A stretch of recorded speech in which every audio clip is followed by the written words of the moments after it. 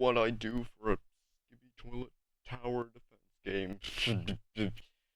So I think we all mutually accepted there is like two major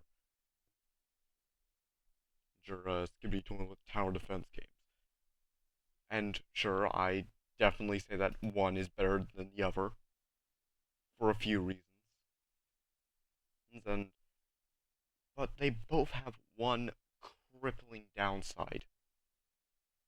Let's go gambling. So what would I do to combat against this? Simple. I'd go with a TDX/TDX type shop. That's right. No trading, no value charts, nah, just straight capitalism. And also instead of having a bunch of named units to avoid all the different towers just being big damage sticks. Look at you.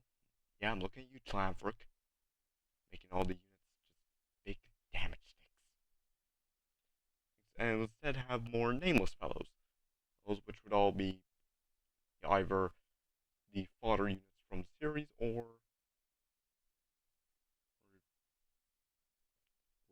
custom guys to fit each sort of role. Like say if I'll bring that point up a bit later.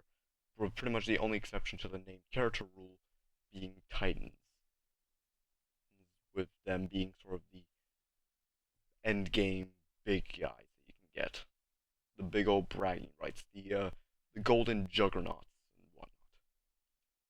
But with each different one having their own sort of role.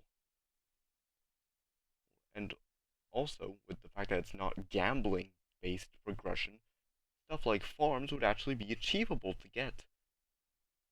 Yeah, even though I have one legitimately because I play stuff like TTD ironically, yeah, I have a Santa farm. But I know a lot of people don't. And it's kind of needed if you have some big unit. Because if you don't, well, you're going to be suffering. You're not going to be able to upgrade it to the max and deal enough damage because everything is super inflated now and you need like 10 maxed out hyper titan speakermen. And by like round 2, to deal with um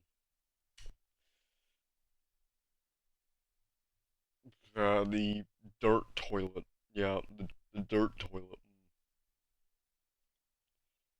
Anyways, and each faction would have their own sort of bonuses and, well, not bonuses, more strengths and weaknesses. For instance, the cameras would have laser-based weaponry, with them being rapid single-fire targeting over a distance. They wouldn't be able to target multiple enemies or deal damage to more than just the one unit they're attacking. They're pretty much just your overall rounded out cadet sort of guy. They're the soldiers, the rangers, the scouts, those guys. As with the speakermen, focusing more on big damage, but with not the greatest cooldowns. And still single targeting, with a few exceptions. And also, I must say, this the cameras again. They also have one exception, a unit which would be able to damage units around it, but that's neither here or there. Speakers being able to deal a big amount of damage, but with a bigger cooldown. Think of it like the mace cameraman from TTD and whatnot.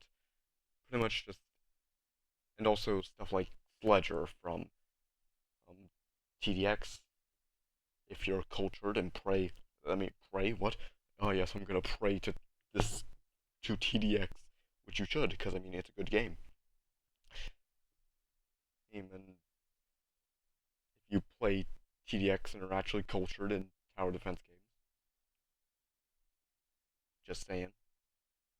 And TV men would have a not exactly the best range, and will be able to do AoE to pretty much anything within the immediate vicinity.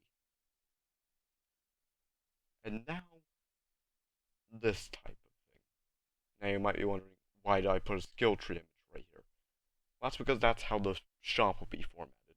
Each faction would be its own segment. You'd start here, ignore stuff like the extra little bits, imagine it's just 3 prongs. And as you progress, you will either completely max out one path, or you'll be a bit of a jack of all trades. Anyways, that's all. Have a nice day.